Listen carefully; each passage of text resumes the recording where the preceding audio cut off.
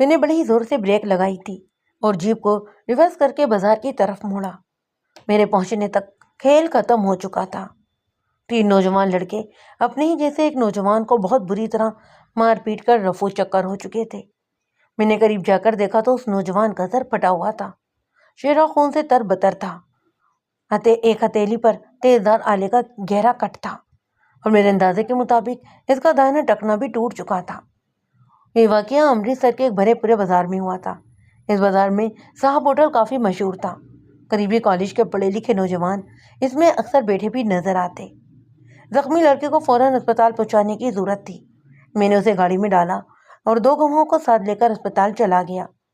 اس لڑکے نے اپنا نام وسوجیت بتایا اور یہ بھی بتایا کہ وہ سیٹھ کرشن کمار باڑی والے کا بیٹا ہے۔ باڑی والا ایک مشہور شخص تھا، میں نے اس کا نام بھی سن رکھا تھا۔ اس دنوں امرتسر میں ڈگی والی چند گاڑیاں ہی تھیں اور ان میں ایک گاڑی باڑی والا کی بھی تھی۔ لڑکے کو فوراً ہی ایمرجنسی میں پہنچایا گیا اور اس کے دیے ہوئے فون نمبر کے ذریعے اس کے گھر میں اطلاع کر دی گئی۔ تھوڑی دیر بعد 6.25 فٹ کا قد اونچا لمبا سیٹ اپنی بھاری بھرکم مونچھوں کے نیچے سے سرگار کو دھواں نکالتا ہوا موقع پر ہی پہنچ گیا۔ اس کی عمر 45 سے اوپر ہی ہوگی، لیکن اچھی صحت اور سوٹ بوٹ کی وجہ سے وہ 35 کے قریب نظر آتا۔ ساتھ ساتھ اس کی دھرم پتنی بھی تھی، وہ عمر میں اس سے بہت چھوٹی تھی۔ اسے دیکھتے ہی اندازہ ہوتا کہ سیٹھ نے زیادہ عمر میں شادی کی ہے یا یہ اس کی دوسری بیوی ہے۔ میں نے مختصر الفاظ میں انہیں صورتحال سے آگاہ کیا، پھر ہدایت کی کہ اسپتال سے فارغ ہو کر وہ دونوں ہی تھانے آ جائیں تاکہ ان کے بچے سے مار پیٹ کرنے والوں کے خلاف پرچہ کاٹا جا سکے۔ وہ لوگ تقریباً 4 بجے میرے پاس آئے۔ باڈی والا کے ساتھ اس کا ایک قریبی رشتہ دار اور ایک ملازم بھی تھا۔ ملازم باہر تھانے کے احاطے میں بیٹھا تھا۔ باڈی والا کے آنے سے پہلے میرا خاص مخبر بلال شاہ بھی مجھے باڈی والا کے پورے خاندانی حالت بتا چکا تھا۔ فلاں شخص کی کتنی جائیداد ہے، اس میں کتنے حصے دار ہیں، حصے داروں کی کتنی بیویاں ہیں، بیویوں کی کتنی اولاد ہیں، کون سی اولاد کس اولاد سے خیر کھاتی ہے، وغیرہ وغیرہ۔ اتفاق سے بلال شاہ باڈی والا کے بارے میں کافی سے زیادہ کچھ جانتا تھا۔ اس نے جو کچھ مجھے بتایا اس میں سے سب سے اہم بات یہ تھی کہ تقریباً 1 سال پہلے باڈی والے کی بیٹی ہیما اپنے کسی آشنا کے ساتھ فرار ہو گئی اور باڈی والا نے پریتم نامی ایک لڑکے اور اس کے گھر والوں کے خلاف ہیما کے اغوا کا کیس بھی درج کروایا تھا۔ یہ واقعہ میرے اس تھانے میں آنے سے پہلے کا تھا۔ بلال شاہ نے قیافیہ لگایا کہ باڈی والا کے لڑکے سے ہونے والی مار پیٹ اسی واقعے کا نتیجہ ہو سکتی ہے۔ بلال شاہ کا یہ خیال 100% درست نکلا۔ تنہائی ملتے ہی باڈی والا نے مجھ سے کہا، انسپکٹر نواز صاحب، اس بات کو کوئی 1 سال ہونے کو آیا ہے۔ میری بڑی لڑکی جس کی عمر ابھی صرف 17 سال 7 ماہ تھی، اغوا کر لی گئی۔ اغوا کرنے والا پریتم نامی نوجوان تھا۔ اس کے بے غرض والدین کے بارے میں سبھی کچھ آپ کی فائل میں لکھا ہوگا، اور وہ آج میرے بیٹے کو مار مار کر ادموا کرنے والے بھی وہی لوگ ہیں۔ انہوں نے اس پر چاقو سے وار کی ہے۔ یہ تو اس کی قسمت اچھی تھی کہ جان بچ گئی، ورنہ انہوں نے تو کوئی کسر نہیں چھوڑی تھی۔ آپ ابھی اسی وقت ان لوگوں پر 302 کا کیس درج کریں۔ وہ بہت ہی تیش میں نظر آتا۔ ساتھ آنے والے رشتہ داروں کا بھی یہی حال تھا۔ دونوں کی مجھے غصے میں پھڑک رہی تھیں۔ میں نے ان کو تسلی دیتے ہوئے کہا، آپ گھبرائیں نہیں، مجرم بچ نہیں سکیں گے، بس مجھے 2-3 گھنٹے دے دیں، سبھی کچھ سامنے آ جائے گا۔ باڈی والا پھنکارا، 2-3 گھنٹے ہم نے پورا سال نہیں دیا ہے آپ کو، اور نتیجہ کیا نکلا ہے؟ وہی رٹا رٹایا فقرہ، گھبرائے نہیں، مجرم بچ نہیں سکیں گے۔ کیا وہ اب تک بچے ہوئے نہیں ہیں؟ باڈی والے کا لہجہ بڑا ہی تلخ تھا۔ میں نے اپنا لہجہ دھیما برقرار رکھتے ہوئے کہا، میں کسی دوسرے کی ذمہ داری نہیں لے سکتا۔ آپ سے میری ملاقات صرف 3 گھنٹے پہلے ہوئی ہے، اور آپ کے کیس کا پتہ بھی مجھے صرف 1 گھنٹہ پہلے لگا ہے۔ میں آپ کو یقین دلاتا ہوں، جو کچھ میں کر سکا وہ ضرور کروں گا۔ باڈی والے کا رشتہ دار بولا، معاف کرنا، تم لوگ صرف باتیں ہی کر سکتے ہو۔ اگر کچھ کیا ہوتا تم نے تو آج یہ دن نہ دیکھنا پڑتا ہم کو۔ ہم یہاں سے تم سے نہیں، تمہارے ایس پی سے بات کرنے آئے۔ کہاں ہے وہ؟ بات کرو ان سے ہماری۔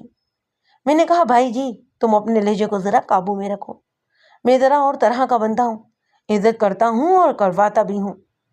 وہ ہتے سے اکڑنے لگا، بڑے دیکھے ہیں عزت کرنے والے اور کروانے والے، تم خواہ بات کو نہ بڑھاؤ۔ اسی دوران بلال شاہ بھی اندر ٹپک پڑا۔ اس کی تیوری چڑھی ہوئی تھی۔ باڈی والا کی ڈھاٹ باٹ اور غصہ آدھی کی پرواہ کیے بغیر بولا، سیٹھ جی، یہ انسپکٹر صاحب نئے آئے ہیں، 1.5 مہینہ ہی ہوا ہے انہیں یہاں پر، آپ ان کو جانتے نہیں ہو، یہ جو کچھ کہہ رہے ہیں کر کے بھی دکھا دیں گے، آپ خواہ الزام دے رہے ہیں ان کو تو آپ کے کیس کے الف بے کا بھی پتہ نہیں۔ بلال شاہ کا لہجہ اور تیور دیکھ کر باڈی والا اور اس کا رشتہ دار کچھ نرم پڑ گئے۔ رہی سے کسر ایک اور انسپکٹر نے پوری کر دی۔ وہ اندر آیا اور بڑے ہی احترام سے مجھے ملا۔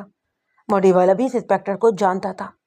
اس انسپکٹر نے بڑے ہی اچھے لفظوں میں میرا تعارف کروایا اور باڈی والا سے تھانے میں پوچھی جانے والی باتیں کی جو اس سے پہلے مجھ سے کر چکا تھا۔ باڈی والا کی بیٹی والے کیس کا اس انسپکٹر کو بھی پتا تھا۔ اس نے اس کو تسلی دیتے ہوئے کہا، آپ گھبرائیں مت، جو انسپکٹر نواز صاحب کریں گے وہ ایس پی بھی نہیں کر سکے گا۔ آپ بالکل بے فکر ہو کر رپورٹ درج کروائیں اور اس بات پر وشواس رکھیں کہ مجرم بچ نہیں سکے گا۔ باڈی والا کے بیان کے مطابق میں نے رپورٹ درج کر لی۔ باڈی والا نے اپنی رپورٹ میں پچھلے کیس کا حوالہ بھی دیا۔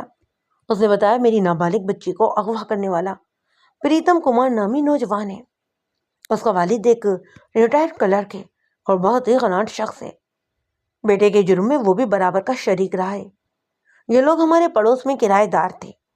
ملزم پریتم کمار اکثر تاک جھانک میں مصروف رہتا اور آخر وہ نابالغ بچی کو ورغلا کر لے گیا۔ اس واقعے کو پورے 11 ماہ اور 10 دن بیت چکے ہیں۔ پولیس ابھی تک ملزم اور مخفیہ کا کوئی کھوج نہیں لگا سکی۔ ملزم کے گھر والے اس سے لا تعلقی کا اظہار کرتے رہے، حالانکہ انہیں یقین تھا کہ ملزم پریتم کمار ان سے ملنے کے لیے چوری چھپے آتا ہے۔ ہم نے اس بارے میں ایس ایچ او کو بھی آگاہ کیا تھا مگر اس نے کوئی کارروائی نہیں کی۔ میرا بیٹا وسواجیت کیڈٹ کالج میں پڑھتا ہے اور وہیں ہاسپٹل میں رہتا ہے۔ ان دنوں وہ امرتسر آیا ہوا ہے۔ آج کسی طرح اسے یہ پتہ چلا کہ ملزم پریتم امرتسر میں ہے اور صاحب ہوٹل میں اپنے دوستوں کے ساتھ بیٹھا ہوا تھا۔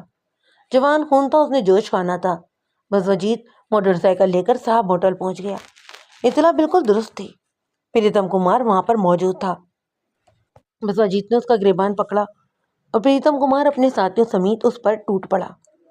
انہوں نے نہ صرف اس کا پاؤں توڑ دیا بلکہ جان سے مارنے کے لیے اس پر چاقو کے بھی وار کیے۔ یہ وار وسواجیت نے اپنے ہاتھوں پر روکے۔ قسمت اچھی تھی کہ لوگ جمع ہو گئے اور ملزم وسواجیت کو نیب جان چھوڑ کر بھاگ گئے۔ مکمل رپورٹ درج کرنے کے بعد میں نے باڈی والا سے ملزم کے والدین کا پتہ پوچھا اور انہیں اس وعدے کے ساتھ رخصت کر دیا کہ آج رات 9 بجے سے پہلے میں خود آ کر تفتیش کروں گا۔ باڈی والا کی جاتے ہی میں نے اپنے سب انسپکٹر فرزند علی کو ہدایت کی اور وہ بھگتا والا دروازہ سے جا کر ملزم پریتم کے والد اور چچا کو تھانے لے کر آ گیا۔ پریتم کے والد کا نام رام لال تھا۔ وہ سفید سر اور موٹے چشموں کی اینک والا ریٹائرڈ شخص تھا۔ سفید شلوار قمیض، گلے میں مفلر، پاؤں میں چپل، مجھے وہ پہلی نظر میں غناٹ نظر آیا اور نہ ہی چکر باز، بلکہ اس کے چہرے پر مظلومیت ٹپک رہی تھی۔ یہی حال اس کے بھائی کا تھا۔ میرے دل نے گواہی دی کہ یہ لوگ بے قصور ہیں، کیونکہ اگر یہ بے قصور نہ ہوتے اور انہیں پریتم کے بارے میں کچھ پتا ہوتا تو یہ ہو ہی نہیں سکتا تھا کہ باڈی والا جیسا بااثر شخص ان سے کچھ اگلوا نہ لیتا۔ وہ تو انہیں حوالہ سے باہر ہی نہ آنے دیتا جب تک وہ سب کچھ قبول نہ کر لیتے۔ کرسی پر بیٹھے بیٹھے رام لال کی آنکھوں میں آنسو چمکنے لگے۔ انسپکٹر صاحب، ہم نردوش ہیں۔ میرا کوئی دوش ہے تو صرف یہ کہ میں پریتم کا باپ ہوں۔ اسی دوش کی سزا میں پچھلے 1 سال سے مجھ پر اتنے ظلم توڑے گئے ہیں کہ بیان نہیں کر سکتا۔ اس نے اپنی قمیض کے آستینے اوپر اٹھا کر سگریٹ کے داغے گئے نشانات دکھائے، اپنی انگلیاں دکھائیں جن میں سے کئی ایک ٹوٹی ہوئی تھیں۔ اس کے علاوہ بھی تشدد کے کئی نشان اس کے جسم پر موجود تھے۔ وہ بولا، کسی کے ساتھ ظلم زیادتی ہو تو وہ پولیس کے پاس جاتا ہے، پر میں کس کے پاس جاتا اور کس سے شکایت کرتا؟ تھانے دار باڈی والا کے خلاف کوئی بات سننے کو تیار ہی نہیں تھا۔ میں نے اسی کمرے میں اسی جگہ کھڑے ہو کر رو رو کر دہائی دی تھی۔ باڈی والا کے آدمی مجھے پکڑ کر لے جاتے ہیں، مارتے ہیں، پیٹتے ہیں اور سگریٹ سے جلاتے ہیں، بجلی بھی لگاتے ہیں۔ میں نے اپنا جلا ہوا جسم بھی دکھایا، لیکن کسی نے میری بات پر وشواس نہیں کیا۔ انسپکٹر بولا، بڈھے کا دماغ خراب ہو گیا ہے۔ میرا دماغ ٹھکانے پر لانے کے لیے انسپکٹر مجھے اور میرے بھائی کو پکڑ کر تھانے لے آیا۔ سخت سردی میں انسپکٹر نے ہمیں ننگا کر کے ساری رات الٹا لٹکائے رکھا اور وہ ظلم کیا کہ ہم بیان بھی نہیں کر سکتے۔ وہ ہم سے پریتم کا پتہ پوچھتا، کہتا تھا کہ تم نے پریتم کے ساتھ مل کر باڈی والا کی بیٹی کو اغوا کیا ہے۔ 7 روز بعد 500 روپیہ رشوت دے کر اور منتوں واسطوں سے ہماری جان چھٹی تھی۔ وہ عمر رسیدہ شخص بہت بری طرح سے رونے لگا. پھر روتے روتے ہاتھ جوڑ کر بولا, انسپکٹر صاحب, جان نکالنی ہے تو ایک ہی بار نکال دو, یوں تھوڑا تھوڑا کر کے مت مارو. پھانسی پر چڑھا دو اور مجھے میرے گھر والوں کو اور باڈی والے کا کلیجہ ٹھنڈا کر دو. مجھے صاف نظر آ رہا تھا کہ رام لال پر زیادتی ہوئی ہے اور اب بھی ہو رہی ہے. جاتے جاتے اس باڈی والے نے مجھ سے کہا تھا, انسپکٹر, وہ بڑا ہی خراٹ شخص ہے, اس کی باتوں پر نہ جانا, وہ اندر سے شیطان ہے پورا. مجھے وہ اندر اور باہر سے کہیں بھی شیطان نظر نہیں آیا. بیٹے سے والدین کی محبت قدرتی بات ہے. ہو سکتا تھا کہ کسی موقع پر اس نے بیٹے کو بچانے کی کوشش کی ہو, لیکن یہ سمجھنا کہ اس نے بیٹے کو کہیں چھپا رکھا ہے بالکل صحیح نہیں تھا. میں نے اسے تسلی دلاسا دیا اور کہا کہ وہ مجھے انسپکٹر نہیں اپنا بیٹا سمجھے, اور اس بات کا یقین رکھ کر ہر ممکن اس کی مدد کی جائے گی. ساری بات کھول کر بتا دے. وہ بولا, انسپکٹر صاحب, میں نے کوئی بات ہی نہیں چھپائی. جو کچھ مجھے معلوم تھا درجنوں مرتبہ پولیس کو بتا چکا ہوں. جن دنوں یہ واقعہ ہوا میں نے ایک جنرل اسٹور کھول رکھا تھا. سارا ہی دن وہاں بیٹھتا. مجھے اس بدبخت پریتم کے بارے میں کچھ پتا ہی نہیں تھا کہ کیا کرتا ہے, کہاں جاتا ہے. اس نے بی ایس سی کا امتحان پاس کر لیا, چند ہفتے ایک پرائیویٹ فرم میں نوکری کی, پھر نوکری چھوٹ گئی اور وہ نئی نوکری کی تلاش میں لگ گیا. مجھے وشواس تھا مجھے اس کے لیے کسی کے سامنے ہاتھ نہیں پھیلانے پڑیں گے, کہیں نہ کہیں سے وہ روزگار ڈھونڈ ہی لے گا. لیکن پھر کہیں سے باڈی والا کی بیٹی ٹپک پڑی. باڈی والا غلط کہتا ہے کہ وہ نابالغ تھے. وہ اپنے چھوٹے بھائی مسجید سے صرف 1 سال ہی چھوٹی تھی, اور مسجید 3 سال پہلے ہی FSC کا امتحان دے چکا تھا. میرے خیال میں ہیما کی عمر 20 سال سے کم نہیں. باڈی والا کی اولاد میں وہ سب سے زیادہ تیز طرح لڑکی ہے. معلوم نہیں اس نے پریتم پر جادو کیا کیا کہ وہ سبھی کچھ بھول بھال کر اس کے چکر میں پڑ گیا. ہمیں تو سب پتہ چلا جب وہ دونوں ہی گھر سے غائب ہو چکے تھے. ان کے غائب ہوتے ہی باڈی والا نے انسپکٹر نے ہم پر مصیبتوں کے پہاڑ توڑ دیے, اور تو اور میری بیوی تک کو نہیں بخشا. انسپکٹر جانی نے پورے 48 گھنٹے اسے بھوکا پیاسا تھانے میں بٹھائے رکھا اور ٹھوکرے مار مار کر اس کی ٹانگیں بھی نیلی کر دی تھی. رام لال نے اینک اتار کر ایک بار پھر آنسو پہنچے اور بولا, میں بھگوان کی قسم کھاتا ہوں انسپکٹر, پچھلے 1 برس میں مجھے پریتم کا صرف ایک ہی خط ملا ہے. یہ اس کے جانے کے 1 مہینے کی بات ہے. اس وقت بھی ہم نے ایشور کالونی میں والا مکان بدلا نہیں تھا. خط اسی مکان کے پتے پر تھا. خط میں پریتم نے ماں کا حال پوچھا اور اپنی خیر خیریت سے آگاہ کیا. اس خط پر جالندر کی مہر لگی ہوئی تھی. یہ خط انسپکٹر جانی نے کیس کی فائل میں لگا لیا تھا. میرے خیال میں اب بھی لگا ہوا ہوگا. میں نے فائل نکلوا کر دیکھی, اس میں 10 ماہ پہلے کا لکھا ہوا وہ خط موجود تھا. ضروری پوچھ گچھ کے بعد میں نے رام لال اور اس کے بھائی کو واپس بھیج دیا. انہیں ہدایت کی کہ امرتسر سے باہر نہ جائیں. رام لال بہت پریشان نظر آ رہا تھا. میں نے اس کی تسلی کے لیے کہا کہ اگر باڈی والا کی طرف سے اس پر کسی بھی قسم کی زیادتی ہو تو وہ مجھے اطلاع پہنچا دے, میں فوراً سدباب کروں گا. اگلے ہی روز میں نے زخمی اجیت کے علاوہ ہوٹل مینیجر کرم سنگھ کا تفصیلی بیان لیا. کرم سنگھ نے بتایا کہ جن نوجوانوں نے باڈی والا کے بیٹے سے جھگڑا کیا وہ اکثر ہوٹل میں آتے رہتے. ان کے پاس نیلے رنگ کی ایک اسکاٹ کار تھی. کرم سنگھ نے کہا کہ ہوٹل میں بیٹھ کر چائے وغیرہ پینے والوں کے نام پتے انہیں معلوم نہیں ہوتے. ایسے گاہک کتنے بھی پرانے ہوں اکثر ہوٹل یا ریسٹورانٹ والوں کے لیے اجنبی رہتے ہیں. کرم صرف ایک لڑکے کا ہی نام بتا سکا. وہ ان میں سب سے لمبا اور صحت مند تھا. اسے دوسرے لڑکے سونی کہتے تھے. اجیت کو مارنے والوں میں یہ لمبا لڑکا سب سے آگے تھا. کرم سنگھ نے بتایا کہ لڑائی یکدم ہی شروع ہو گئی. اجیت حال میں داخل ہو کر سیدھا لڑکوں والی میز پر گیا. اس نے پیلی جرسی والے ایک لڑکے کو گریبان سے پکڑ کر اپنی طرف کھینچا اور اس کے ساتھ ہی مارا ماری ہونے لگی. اس اجیت دلیر لڑکا ہے. اس نے شروع میں تینوں لڑکوں کو اچھی خاصی چوٹیں بھی لگائیں, لیکن پھر ایک لڑکے نے چاقو نکال لیا. دوسرے نے اس کی گردن پر پیچھے سے مکہ مارا اور وہ گر گیا. اس کے بعد وہ سارے ہی اسے پیٹنے لگے. میں نے مینیجر کرم سنگھ سے پوچھا, پیلی جرسی والا دوبارہ تمہارے سامنے آئے تو کیا اسے پہچان لو گے؟ کیوں نہیں جناب, میں نے اسے درجنوں مرتبہ دیکھا ہے. وہ بولا. میں نے جیب سے پریتم کی تصویر نکال کر اسے دکھائی. یہ تصویر میں نے فائل میں سے حاصل کی تھی. تصویر دیکھ کر کرم سنگھ فوراً اقرار میں سر ہلانے لگا. اس نے کہا, بالکل جناب, یہی وہ لڑکا ہے. میں نے کہا, تم نے بتایا کہ یہ لڑکے کبھی کبھی موٹر کار یا سائیکلوں پر آتے تھے. کسی کی گاڑی کا نمبر یاد ہے تمہیں؟ بولا, میں پھر وہی بات کہوں گا جناب, ہمیں کبھی ایسی ضرورت ہی محسوس نہیں ہوئی کہ ان کے نام پتے پوچھیں یا پھر گاڑی کا نمبر نوٹ کریں. ہاں, آئندہ کے لیے یہ وعدہ ہے کہ میں ان میں سے کسی پر بھی نظر پڑی تو فوراً ہی آپ کو اطلاع پہنچائیں گے۔ میں نے مینیجر سے پوچھا تمہارے نقصان کا کیا بنا؟ وہ بولا بھگوان کی کرپا سے سب پورا ہو گیا ہے جی، باڈی والا نے حساب ادا کر دیا ہے سب۔ مینیجر سے فارغ ہو کر میں اسپتال پہنچا تاکہ مسجد کا تفصیلی بیان لے سکوں۔ وہ اب ہوش میں تھا۔ وہ کثرتی نوجوان والا ایک گورا چٹا لڑکا تھا۔ بلال شاہ نے بتایا تھا کہ ایما بسوجیت اور اس کی چھوٹی بہن ڈینی باڈی والا کی پہلی بیوی سے ہیں۔ وہ بیوی طلاق حاصل کر چکی ہے اور ان دونوں جالندھر میں رہتی ہے۔ باڈی والا نے دوسری شادی کی تھی۔ اس دوسری شادی کا تعلق چندی گڑھ کے غریب گھرانے سے تھا۔ اس شادی کو اب 4 سال ہو چکے تھے لیکن اولاد نہیں تھی۔ سجیت نے اپنے بستر پر لیٹے لیٹے مجھے بڑا ہی طویل بیان دیا۔ لڑائی کے متعلق تمام باتیں بتا دی جو سے پہلے مینیجر کرم سنگھ بتا چکا تھا۔ وہ چھوٹی ماں کو آپو کہتا تھا۔ کہنے لگا آپو ملازمہ کے ساتھ شاپنگ کے لیے نکلی ہوئی تھیں۔ لنچ کا وقت گزر رہا تھا اس لیے انہوں نے سوچا کہ پکا پکایا کھانا لے جائیں۔ صاحب ہوٹل کے سامنے انہوں نے گاڑی رکوائی اور بنگالی ڈرائیور کو کھانا لانے کے لیے بھیجا۔ اسی دوران ان کی نظر شیشوں کی طرف پڑی۔ دوستوں کے ساتھ پریتم گپ بازی کر رہا تھا۔ آپا فوراً ہی گھر پہنچی اور مجھے بتایا کہ رام لال کا لڑکا صاحب ہوٹل میں بیٹھا ہوا ہے۔ یہ سن کر میرا خون کھول اٹھا اور میں موٹر سائیکل پکڑ کر سیدھا صاحب ہوٹل پہنچ گیا۔ میں نے کہا دماغ گرم کرنے سے تمہیں کیا فائدہ ہوا؟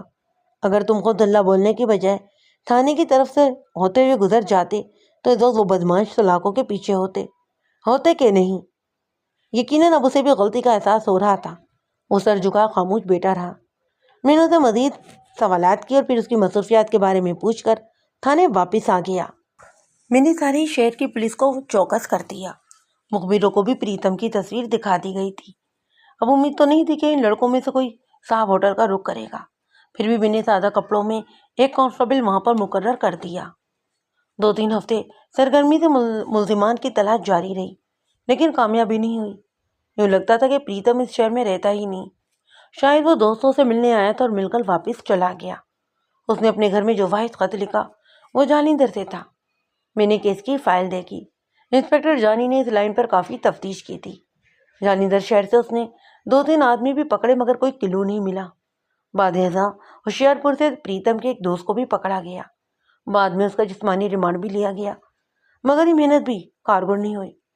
میں نے بھی مختلف طریقوں سے تفتیش جاری رکھی اور گائے بغیر رام لال سے بھی ملاقات کرتا رہا۔ اسی طرح 3-4 ماہ گزر گئے اور کوئی بھی پیش رفت نہیں ہوئی جسے کامیابی کہا جا سکتا۔ اگست کی آخری تاریخوں میں مجھے ایک پرائیویٹ کام کے سلسلے میں سیالکوٹ جانا پڑا۔ 15-20 روز بعد واپسی ہوئی۔ اس روز میں پہلی مرتبہ تھانے آیا تھا جب صبح سویرے مجھے بلال شاہ نے ایک دھماکہ خیز خبر سنائی۔ وہ حسب عادت طوفانی بگولے کی طرح کمرے میں داخل ہوا۔ خان صاحب وہ باڈی والے کا بیٹا تھا نا بسوجیت؟ میں نے کہا ہاں تھا۔ اسے کیا ہوا؟ وہ جی قتل ہو گیا ہے جناب۔ ابھی تھوڑی دیر پہلے گشتی پارٹی کے حوالدار احمد رضا نے اطلاع دی ہے۔ وہ نہر کے کنارے گاڑی چلاتا ہوا جالندھر روڈ کی طرف جا رہا تھا۔ چھوٹے پل کے پاس کسی نے اسے گولی مار دی۔ گاڑی سڑک سے اتر کر درخت میں لگی ہے اور وہیں پر کھڑی ہے۔ یہ ایک بڑی دردناک اطلاع تھی۔ بسوجیت کا ورزشی جسم اور سرخ و سفید چہرہ میری نگاہوں میں آیا۔ مجھے اس کی موت کی اطلاع جھوٹی محسوس ہونے لگی۔ میں نے بلال شاہ سے کہا کہیں احمد رضا کو دھوکہ تو نہیں ہوا؟ وہ بولا نہیں خان صاحب، بڑا ہی کڑکنا ہے احمد رضا۔ اس نے بڑی اچھی طرح پہچانا ہے اور باڈی والا کی گاڑی کا نمبر بھی درج کروایا ہے۔ اسی طرح میرا سب انسپکٹر فرزند علی بھی اندر آ گیا۔ اس نے بتایا کہ بلال شاہ کی اطلاع درست ہے۔ مشکل سے 7 بجے ہوں گے۔ ابھی سڑکوں پر رش نہیں ہوا تھا۔ ہم جیپ پر سوار ہو کر بڑی سڑک پر آئے اور کمپنی باغ کے سامنے سے گزر کر 10 منٹ کے اندر ہی جائے واردات پر پہنچ گئے۔ نہر کے کنارے پر سڑک اتنی مصروف نہیں تھی، پھر بھی 30-40 افراد موقع پر اکٹھے ہو چکے تھے۔ کچھ سائیکل، موٹر سائیکل اور گاڑیاں وغیرہ بھی ادھر ادھر کھڑی ہو گئی تھیں۔ میں نے باڈی والا کی ڈگی والی گاڑی دوری سے پہچان لی۔ وہ پختہ سڑک پر 20-30 گز لہرانے کے بعد کچے میں اتری تھی اور ایک ایکڑ سے لڑکھڑا گئی۔ گاڑی کو زیادہ نقصان نہیں پہنچا، صرف بونٹ ٹیڑھا ہوا تھا یا پھر سائڈ کا ایک شیشہ ٹوٹا۔ حوالدار اور اس کے عملے نے گاڑی کو گھیرے میں لے لیا۔ ہم موقع پر پہنچے تو ہمیں اس کی لاش فرنٹ سیٹ پر ہی نظر آ گئی۔ وہ اپنے بائیں پہلو پر لڑکا ہوا تھا۔ گولی اس کے سر میں کان سے ذرا اوپر لگی اور زخم سے نکلنے والا خون اس کے کپڑوں اور سیٹ پر پھیلا ہوا تھا۔ یہ ایک تکلیف دہ منظر تھا۔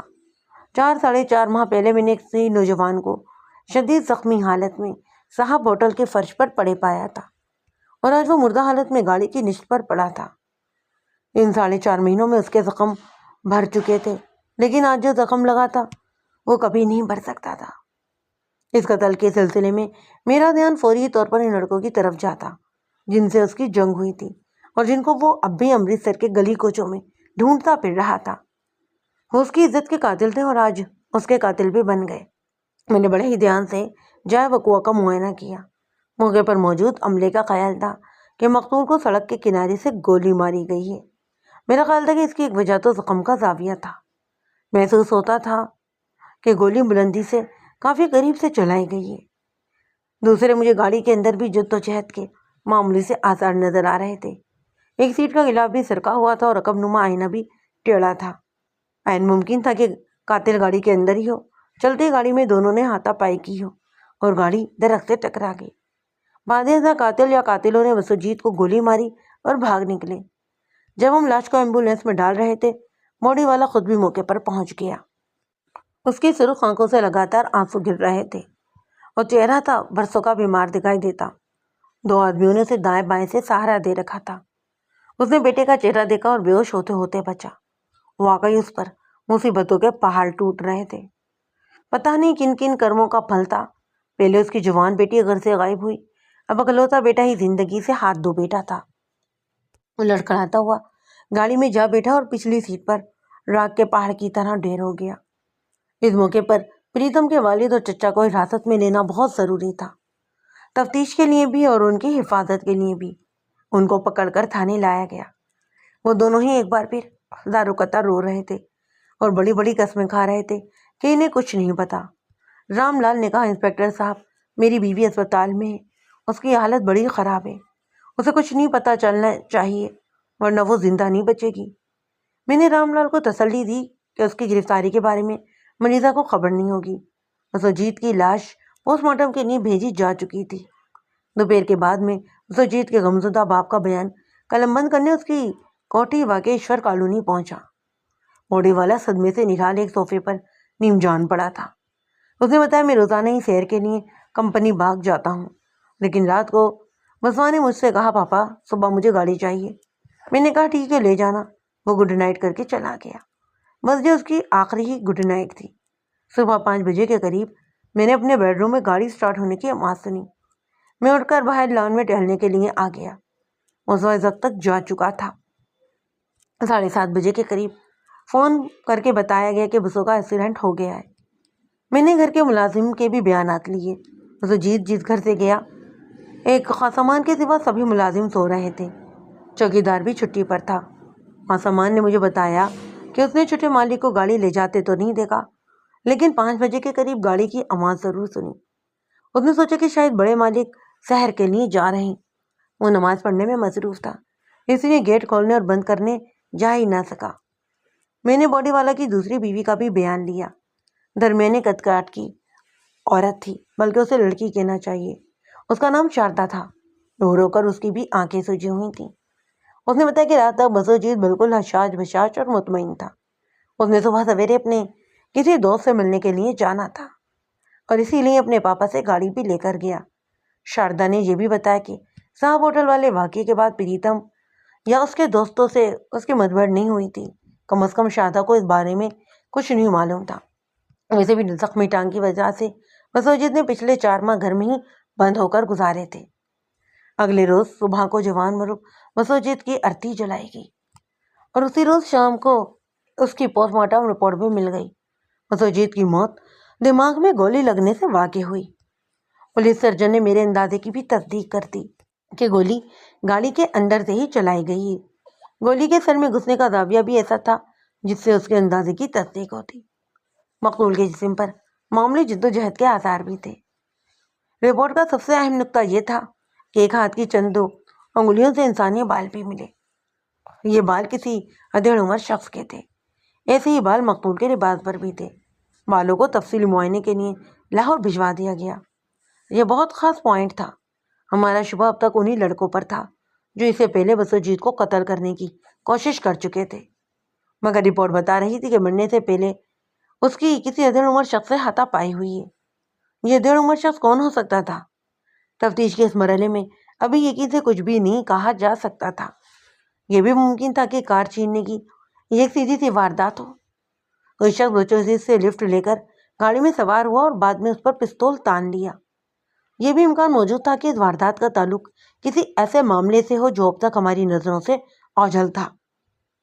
ممکن تھا کہ کوئی ایسی ہی کہانی بسوجیت کے لیے جان لیوا ثابت ہوتی۔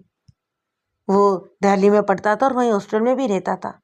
وہاں پر نوجوان رہتے ہوئے کئی کہانیاں بھی بنا لیتے تھے، یا پھر یہ کوئی گھریلو تنازع بھی ہو سکتا تھا۔ عیالدار شخص جب دوسری شادی کرتا ہے تو بیوی کے ساتھ ہی کئی جھگڑے بھی گھر میں داخل ہو جاتے ہیں۔ مجھے ان تمام راستوں پر تفتیش کرنی تھی تاکہ ٹھیک راستہ اختیار کر کے سچائی تک پہنچا جا سکے۔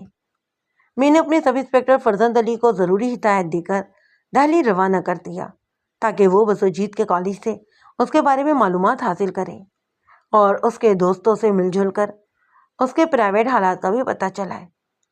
بلال شاہ کے ذمے میں نے یہ کام لگایا کہ وہ باڈی والا کے گھریلو حالات کا کھوج لگائے اور اگر کوئی جائیداد وغیرہ کی الجھن ہے تو اس کی تفصیلات معلوم کریں۔ تیسری جانب پریتم اور اس کے دوستوں کو بھی تلاش میں نئے جوش و خروش سے شروع کر دی گئی۔ مجھے امید تھی کہ ایک ہفتے کے اندر ہی اندر اس بھاگ دوڑ کا نتیجہ سامنے آئے گا۔ وہ ستمبر کی آخری تاریخیں تھیں۔ میں اپنے دفتر سے نکلا، باہر برآمدے میں بیٹھ گیا۔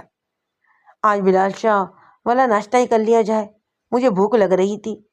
وہ دہی کی میٹھی لسی کے ساتھ گرما گرم کلچے کھاتا تھا۔ میں نے ہمیشہ اس ناشتے کی مخالفت کی تھی، لیکن کبھی کبھی دل میں آتا کہ ایک بار دیکھا تو جائے کہ سواد کیا ہے۔ میں نے سنتری سے کہا اور وہ میرے اور احسائی کے لیے لسی اور کلچے لے آیا۔ 6 کلچے تھے اور ایک بڑا لسی کا جگ۔ ابھی سنتری نے ناشتہ میز پر رکھا ہی تھا کہ مین گیٹ کے پاس بلال شاہ کی آواز سنائی دی۔ ناشتہ سخت خطرے میں تھا، نہ اس سے ہمارا کچھ بنتا تھا اور نہ ہی بلال شاہ کا، بلکہ اس کی تو ڈاڑھ بھی گیلی نہیں ہوتی۔ میں نے سنتری کو اشارہ کیا، وہ فوراً ناشتہ سمیٹ کر رجسٹرار کے کمرے میں رکھ کر آ گیا۔ بلال شاہ نے آ کر سلام دعا کی اور کرسی پر بیٹھتے ہی ناک کو سکڑنے لگا۔ کیا بات ہے؟ میں نے پوچھا۔ کہیں سے کلچوں کی خوشبو آ رہی ہے، اس نے اعلان کیا۔ خوشبو؟ مجھے تو نہیں آ رہی۔ نہیں جی آ رہی ہے، میں شرط لگا سکتا ہوں۔ وہ کلچے کون کھائے گا یہاں؟ میں نے اس کی تسلی کروائی۔ میں نے تو آج تک نہیں کھائے، اور کون لا سکتا ہے کلچے؟ وہ بھوبولی کتے کی طرح سے ناک سو سو کرتا ہوا اٹھ کھڑا ہوا۔ بڑی تیز ناک تھی اس کمبخت کی۔ سیدھا رجسٹرار کے کمرے میں گھسا اور چند ہی سیکنڈ بعد وہاں سے لسی کلچے لے کر برآمدے تک آ گیا۔ بٹنوں جیسی آنکھیں خوشی سے چمک رہی تھیں۔ میں نے کہا تھا نا آپ سے، وہ سینہ پھلا کر بولا۔ جانتا ہوں میں، یہ سب حوالدار کنگن سنگھ کا کام ہے، بڑا ہی پیٹو رام ہے وہ، وہاں صندوقوں کے پیچھے چھپا رکھا تھا سب کچھ۔ اس نے تیز نظروں سے ادھر ادھر دیکھا اور بولا، اب کہاں گیا ہے وہ؟ کہیں آپ نے تو نہیں بھیجا؟ بلال شاہ نے شیطانی نظروں سے کلچوں کو گھورا اور دست درازی شروع کر دی۔ ایک پورا ہی کلچا اس کے 2 نوالوں کی مار تھا، اور لسی پینے کے لیے تو گلاس استعمال ہی نہیں کرتا تھا، بس جگ اٹھایا اور 2 ہی گھٹوں میں آدھا پی گیا۔ مجھے دعوت دینے کی اس نے ضرورت ہی نہیں جانی۔ وہ جانتا تھا کہ میں کلچے نہیں کھاتا، اور اگر کھاتا بھی تھا تو ایسے موقع پر بلال شاہ کان آنکھیں ناک سب کچھ بند کر لیتا، صرف منہ کو کھلا رکھتا۔ ناشتے کو چاروں شانے چت کرنے کے بعد بلال شاہ نے فاتحانہ نظر سے مجھے دیکھا۔ جگ اور گلاس وہ پہلے ہی میز کے نیچے کھسکا چکا تھا۔ کنگن سنگھ کو پتہ نہیں چلنا چاہیے، وہ شرارتی لہجے میں بولا۔ میں نے بیزاری سے کہا، نہیں چلے گا، تم بتاؤ کیا رپورٹ لائے ہو؟ رپورٹ؟ کیسی رپورٹ؟ اس نے حیرانی سے پوچھا۔ جی چاہا جوتا اتار کر اس کے سر پر ماروں۔ 4 روز پہلے میں نے اس کی ذمہ داری لگائی تھی کہ وہ باڈی والا کے نوکروں سے سنگن لے، اور آج وہ کہہ رہا تھا کیسی رپورٹ؟ میں نے لہجے کو نرم رکھتے ہوئے کہا، بھائی میرے، وہی رپورٹ جو تم لینے کے لیے گئے تھے۔ اچھا۔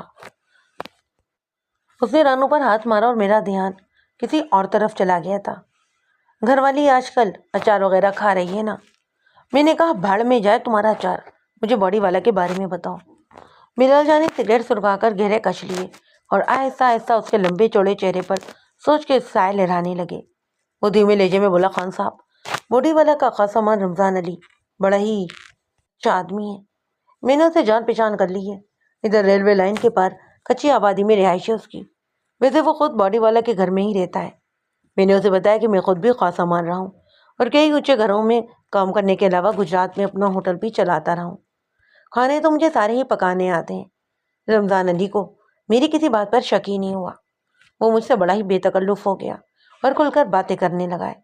باڈی والا کے بارے میں بھی اس نے کئی باتیں پوچھی ہیں. میں نے کل باتوں میں رمضان علی نے مجھے ایک عجیب بات بتائی. وہ کہتا ہے کہ قتل کے روز جب صبح سویرے گاڑی کوٹھی سے گئی تو وہ جاگ رہا تھا اور اپنے کوارٹر میں نماز پڑھ رہا تھا. یہ بات اس نے اپنے بیان میں بھی بتائی ہے. اس کا کہنا ہے کہ اسے شک ہے کہ اس وقت گاڑی چھوٹے صاحب نہیں بڑے صاحب لے کر گئے. اپنے اس شک کی وجہ وہ گاڑی کے اسٹارٹ ہونے کی آواز بتاتا ہے. وہ کہتا ہے کہ اتنا عرصہ اس گھر میں ملازم رہنے کے باوجود وہ مالکوں کی چھوٹی بڑی عادتیں جان چکا ہے. اسے معلوم ہے کہ بڑے صاحب جب صبح گاڑی اسٹارٹ کرتے ہیں تو انجن 1.5 منٹ بالکل دھیمی آواز میں چلتا رہتا ہے. اس کے بعد 2 یا 3 مرتبہ زور سے ریس دیتے ہیں اور مین گیٹ سے نکلتے وقت ہارن بالکل نہیں بجاتے. لیکن جبکہ چھوٹے صاحب صبح کے وقت گاڑی نکالتے ہیں تو اسٹارٹ کرتے ہی فوراً ہی زور سے ریس دیتے ہیں اور 1 منٹ کے اندر گیٹ سے نکل جاتے ہیں. اکثر وہ مین گیٹ سے نکلتے ہوئے ہارن بھی دیتے ہیں. اس روز نماز پڑھتے ہوئے رمضان علی نے جو آوازیں سنی اس سے اسے ایسا شک ہوتا ہے کہ 22 ستمبر کی صبح 5 بجے کوٹھی سے گاڑی نکالنے والا چھوٹا صاحب نہیں بڑے صاحب تھے. یہاں تک بتا کر بلال شاہ نے میرے پیکٹ سے نیا سگریٹ سلگایا. رمضان علی نماز پڑھنے کے بعد پورش میں آیا. گاڑی جا چکی تھی. ناشتہ 8 بجے کے بعد تیار ہونا تھا، اس لیے وہ اپنے کوارٹر میں آ کر تھوڑی دیر کے لیے سو گیا. دوبارہ اس کی آنکھ رونے چلانے کی آواز سے کھلی. ایک ملازمہ نے اسے روتے ہوئے بتایا کہ چھوٹے صاحب کا ایکسیڈنٹ ہو گیا ہے. رمضان علی کا تازہ بیان بڑا ہی اہم تھا. یہ بیان اس نے پولیس کے سامنے نہیں دیا، ایک ایسے شخص کے سامنے دیا جسے وہ اپنا ہم پیشہ اور دوست سمجھ رہا تھا. بلال شاہ نے سلسلہ کلام کو جوڑتے ہوئے کہا، رمضان علی نے باڈی والا کے گھریلو حالات ویسے تو پرسکونی بتائے لیکن ایک خاص بات کا ذکر اس نے کیا ہے. اس نے کہا ہے کہ 21 ستمبر کی رات یعنی جس رات کی صبح وسوجیت قتل ہوا 9 بجے کے قریب کوٹھی کی بالائی منزل سے باڈی والا کے بہت زور زور سے بولنے کی آواز آئی. اس کے بعد یکدم خاموشی چھا گئی. رمضان علی اس وقت بورچی خانہ سنبھال رہا تھا. بورچی خانہ سنبھال کر اس نے اپنے ایک ملازم سے پوچھا کہ کیا اس نے بھی بڑے صاحب کی آواز سنی ہے. اس نے انکار میں جواب دیا. بعد میں رمضان علی عشاء پڑھ کر سو گیا. رمضان علی کا کہنا ہے کہ بڑے صاحب کی وہ ڈانٹ چھوٹے صاحب کو پڑ رہی تھی. بلال شاہ کی اس رپورٹ سے تفتیش کو آگے بڑھانے میں بہت مدد مل سکتی تھی. کچھ دیر بعد بلال شاہ تو سونے کے لیے اپنے گھر چلا گیا اور میں خالی پیٹ کمرے میں ٹہل ٹہل کر اس کیس کی گتھیاں سلجھانے لگا. مجھے رہ رہ کر ان بالوں کا بھی خیال آ رہا تھا جو مقتول کی انگلیوں سے نکلے تھے اور جن کے بارے میں پولیس سرجن کا ابتدائی اندازہ یہ تھا کہ یہ کسی ادھیڑ عمر کے بال ہیں. میرے ذہن میں یہ حیرت ناک سوال ابھرنے لگا کہ کہیں ایسا تو نہیں کہ باڈی والا کا اکلوتا بیٹا خود اس کے اپنے ہی ہاتھوں قتل ہوا ہو. یہ بات ویسے ناممکن نظر آتی لیکن تفتیش کے دوران کسی بھی چیز کو ناممکن نہیں سمجھا جاتا. اگر واقعی کوئی ایسا رونما واقعہ ہوا تھا تو ہمیں اس کی تہ تک پہنچنے کے لیے ایک راستہ موجود تھا. مقتول کے پاس سے برآمد ہونے والے بالوں کا موازنہ باڈی والوں کے لمبے بالوں سے کیا جا سکتا تھا. مجھے یاد آ گیا کہ باڈی والے کے بال بھی سفیدی مائل ہیں اور ان کی لمبائی کم و بیش اتنی ہی ہے جتنی پولیس سرجن اور ایگزامر کی رپورٹ میں لکھی ہے. یہ کیس اب ایک بالکل نیا رخ اختیار کر رہا تھا. اگر رمضان علی کا بیان درست تھا اور وقوع کے روز صبح 5 بجے وسوجیت کی بجائے باڈی والا ہی خود گاڑی لے کر گیا تھا تو اسے ضرورت ہی کیا تھی یہ بات چھپانے کی اور یہ کہنے کی کہ اسے بیٹے کی موت کا علم گھر میں بیٹھے ہوا ہے. اس وقت گیٹ پر چوکی دار بھی موجود نہیں تھا. کہیں ایسا تو نہیں کہ چوکی دار کو کسی منصوبے کے تحت چٹھی پر بھیجا گیا ہو. میرے ذہن میں اور بھی کئی طرح کے سوالات ابھر رہے تھے. میرے پاس سب سے اہم سراغ اس وقت وہ بال تھے جو تجزیے کے لیے لاہور کی لیبارٹری میں تھے. ان بالوں کا موازنہ باڈی والوں کے بالوں سے کر کے اس بات کی تہ تک پہنچا جا سکتا تھا. مسئلہ باڈی والوں کے بالوں کا تھا پر میں یہ بال اس طرح حاصل کرنا چاہتا تھا کہ اسے کسی طرح کا شبہ نہ ہو. لیکن یہ کام کافی مشکل تھا. لہٰذا میں ایک روز باڈی والا کے دفتر میں واقع جہالندر روڈ پہنچا.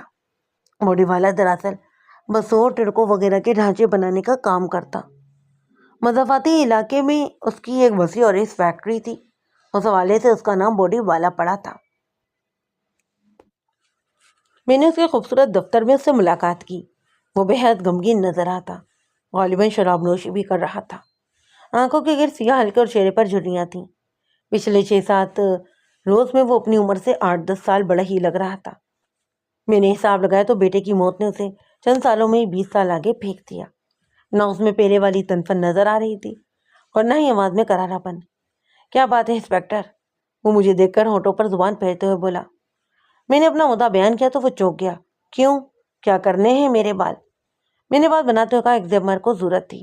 وہ کہتا ہے کہ مقتول کے بالوں کا موازنہ اس کے والد یا والدہ کے بالوں سے کرنا ہوگا۔ اس کا کوئی مسئلہ ہے؟ یہ لوگ بس ایسی ہی فرمائشیں کرتے ہیں۔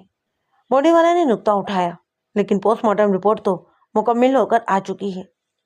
میں نے کہا، مقتول کے بالوں کے گچھے مزید معائنے کے لیے بھیجے گئے تھے۔ میری باتوں سے باڈی والا کی پوری تسلی نہیں ہوئی۔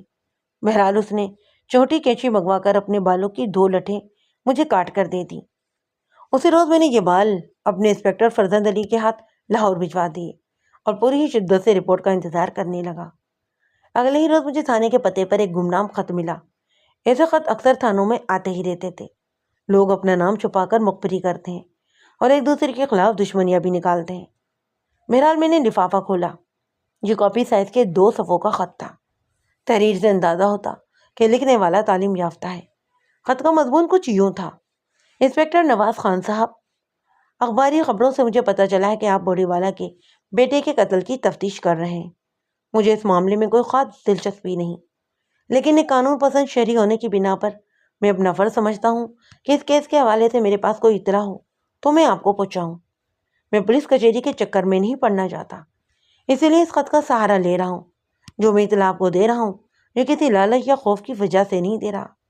آگے آپ کی مرضی، اس پر یقین کریں یا نہ کریں۔ باڈی والا کے بیٹے بزوجیت کا قتل 22 ستمبر کو ہوا۔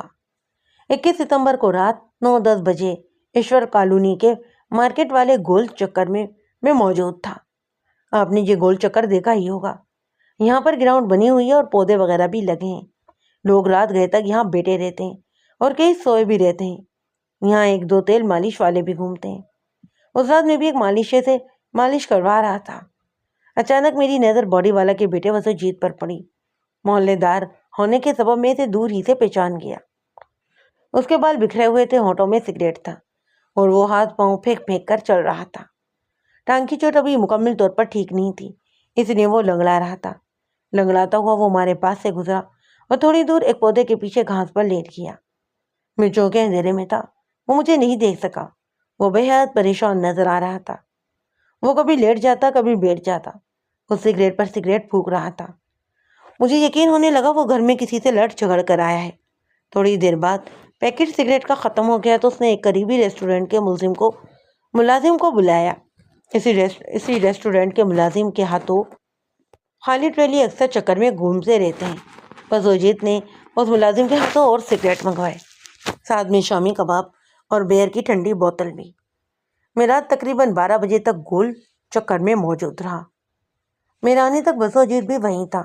اگلے ہی روز 9 بجے کے قریب مجھے پتہ چلا کہ وہ قتل ہو گیا ہے۔ میں اس معاملے میں زیادہ کچھ نہیں جانتا، جو جانتا ہوں وہ بتا دیا ہے۔ اگر میری اطلاع سے آپ کو تفتیش میں فائدہ پہنچ سکے تو مجھے خوشی ہوگی۔ فقط ایک شہری۔ میں نے یہ خط 2-3 دفعہ پڑھا اور ہر دفعہ یہی اندازہ ہوا کہ لکھنے والا پرخلوص ہے، اس نے جو کچھ دیکھا ہے بتا دیا ہے۔ اس خط کی کڑیاں دوسری کڑیوں میں ٹھیک طرح سے بیٹھ رہی تھیں۔ یوں لگ رہا تھا جیسے خود بخود ایک زنجیر سے بنتی چلی جا رہی ہے۔ پچھلے دنوں باڈی والا اور اس کے بیٹے پر میں کسی بات پر شدید قسم کا تنازع پیدا ہوا ہے۔ 21 ستمبر کی یہ تنازع اپنے عروج پر پہنچ گیا۔ اسی سلسلے میں خاصہ مان رمضان علی کا بیان خاصا اہمیت کا حامل تھا۔ اس کا کہنا تھا کہ رات 9 بجے کے لگ بھگ باڈی والا کسی پر بری طرح گر جاتا اور این ممکن ہے کہ اس کا یہ غیظ و غضب بیٹے کے لیے ہی ہو۔ اگر اس بات کو درست مان لیا جاتا تو گمنام خط کے مضمون کی تصدیق خود بخود ہو جاتی۔ باپ کی ڈانٹ سے دل براشتہ ہو کر بزوجیت گھر سے نکل آیا، اور یہ بھی ممکن تھا کہ باپ نے اسے نکل جانے کا حکم دیا ہو۔ وہ اپنے گھر سے چند 2 گز دور مارکیٹ گول چکر میں جا بیٹھا اور اپنے آپ میں ہی گھولنے لگا۔ آخر اس کا تیش اس انتہا کو پہنچ گیا کہ اس نے اپنے باپ کو ہی جان سے مارنے کا فیصلہ لیا۔ اب یہاں پر 2 صورتیں ہو سکتی تھیں۔ ایک تو یہ کہ بسوجیت صبح سویرے باپ کے راستے میں کھڑا ہو گیا۔ جب وہ سیر پر جاتے ادھر سے گزرا تو بسوجیت نے ہاتھ دے کر گاڑی روک لی اور زبردستی کھلیے بانے سے اس میں سوار ہوا۔ دوسری صورت یہ تھی کہ وہ غصے میں کھولتا ہوا رات کے آخری پہر واپس گھر پہنچا۔ بیرونی تمار پھالاند کر وہ پورچ میں پہنچ گیا۔ گاڑی کی ایک چابی اس کے پاس بھی موجود تھی۔ اس نے دروازہ کھولا اور پچھلی نصف کے ایک عقب میں خلا چھپ دیکھ کر بیٹھ گیا۔ بھرا ہوا پستول اس کے پاس ہی تھا۔ 5 بجے حسب معمول بوڑی والا صاحب آئے اور گاڑی میں سوار ہو کر کمپنی باغ کی طرف چل دیے۔ نہر کے سنسان علاقے میں بسوجیت عقب سے نکلا اور باپ پر پستول سیدھا کر لیا۔ دونوں میں ہی ہاتھا پائی ہوئی، جس کے نتیجے میں گولی چلی اور بسوجیت اپنے ہی پستول کا شکار ہو گیا۔ مردہ بیٹے کو دیکھ کر بوڑی والا سوتے میں رہ گیا، لیکن پھر اس نے خود کو سنبھالا دیا